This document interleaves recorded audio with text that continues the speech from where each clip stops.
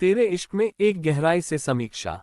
Film तेरे इश्क में एक तीव्र, खौफनाक और भावनात्मक रूप से जटिल प्रेम नाटक है जिसे आनंद एल राय ने निर्देशित किया है। हीरो धनुष हैं, जो शंकर की भूमिका निभा रहे हैं, और हीरोइन कृति सानोंग हैं, जिनका किरदार मुक्ति है। कहानी और थीम। तेरे इश्क में की कहानी सिर्फ एक सामान्य लव स्टोरी नहीं है। यह एक ऐसे प्रेम की दास्तां है जहां प्यार, हताशा, बदला और आत्मखोज एक दूसरे से गुजरते हैं। शंकर और मुक्ति की शुरुआत युवावस्था की मासूम मोहब्बत से होती है। उनकी मुलाकात, उनकी बातें, उनकी आशाएं, सब कुछ बहुत साधारण लेकिन दिल को छू लेने वाला है। लेकिन जैसे ही कहानी आगे बढ़ती है, यह मासूमियत कहीं गहराई में बदल जाती है।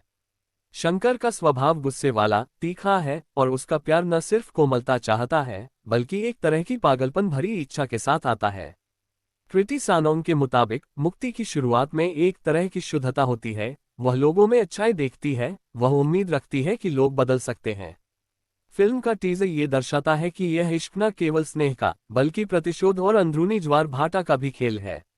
शंकर मोहब्बत में टूटने के बाद अपनी आग में पूरी दुनिया को जला देना चाहता है, जैसे उसकी आत्मा की तबाही उसके इश्क की आग में जलकर और भड़क उठे।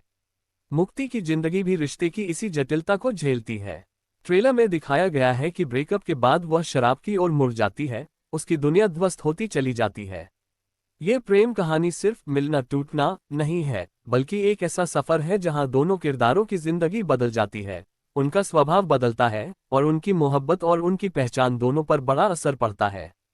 किरदार और अभिनय। धनुष ने शंकर के रूप में एक जटिल और गहराई वाले किरदार को चुना है। शंकर सिर्फ एक प्यार करने वाला इंसान नहीं है, वह अंदर से तड़पता है, क्रोध और दर्द दोनों को समेटे हुए है। टीजर में उसका गुस्सा, उसकी आंखों में जले हुए जज्बात साफ दिखाई देते हैं। उसकी भूमिका में वह तराशा हुआ छोर है, एक ऐसा शख्स जो मोहब्बत के लिए तैयार है और उसे पाने या खोने में दोनों ही तरह की तबाही झेलने को तैयार है।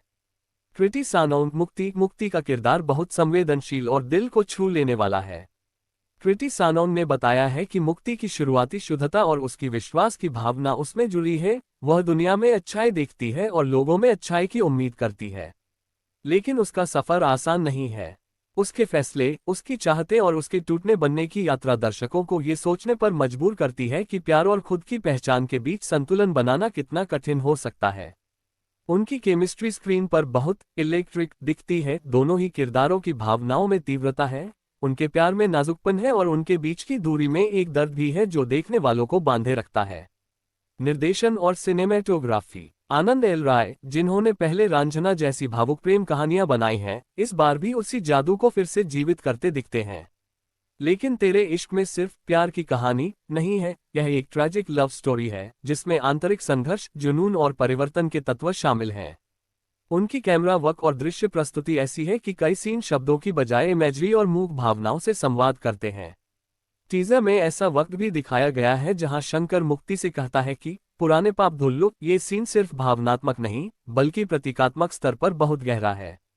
डायरेक्टर यह पूरी कोशिश करते हैं कि दर्शक सिर्फ कहानी देखे न, उसे महसूस करे। हर भाव, हर एहसास को रियल रखकर स्क्रीन पर एक ऐसी दुनिया तैयार की गई है जहां प्यार अकेला दुख नहीं, बल्कि परिवर्तन की शक्ति है।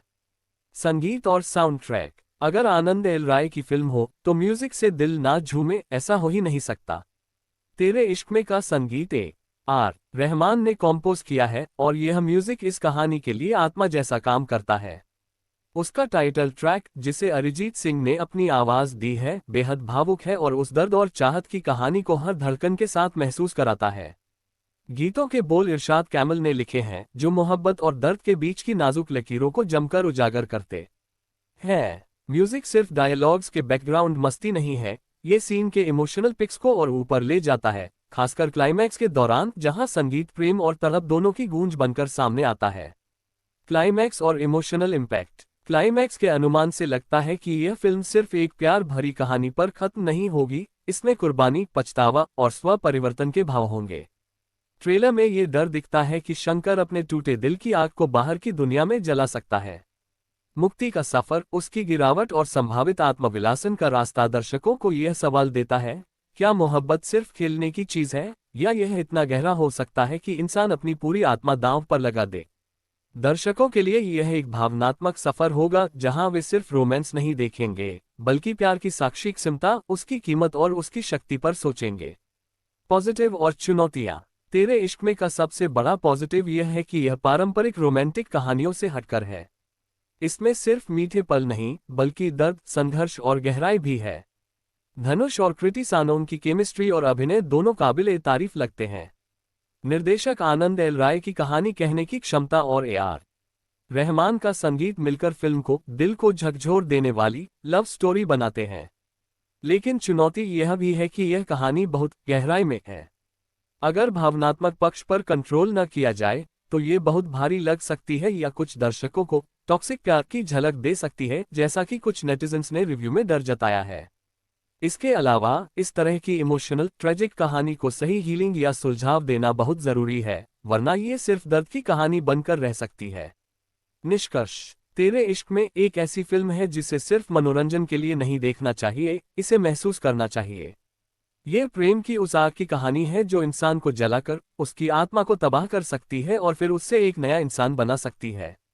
धनुष, शंकर और कृति सानोन मुक्ति का अभिनय इस आग को और यथार्थ बनाता है। उनकी जंग, उनका प्यार और उनकी टूटन आपको अंदर तक हिलाती है।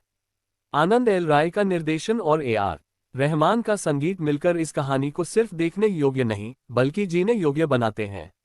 अगर आप गहरी, दर्द भरी लेकिन बेहद खूबसूरत प्रेम कहानियां पसंद करते हैं तो तेरे इश्क में आपकी पसंदीदा फिल्मों में शुमार हो सकती है। ये फिल्म प्यार का उत्सव भी है और उसकी तबाही का गवाह भी, एक ऐसा सफर जहां आपको हंसने, रोने और सोचने का मौका मिलता है।